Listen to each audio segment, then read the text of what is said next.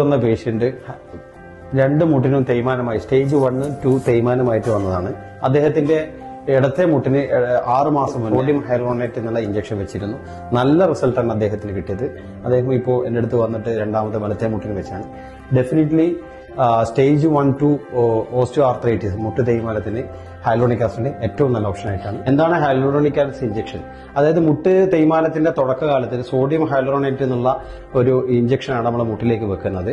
അത് മുട്ടിന്റെ നീർക്കെട്ട് കുറയ്ക്കുകയും അതുപോലെ തന്നെ വേദന കുറയ്ക്കുകയും വളരെ സ്മൂത്ത് ആയിട്ടുള്ള മൂവ്മെന്റ് നമ്മളെ മുട്ടിന് പ്രദാനം ചെയ്യുന്നുണ്ട്.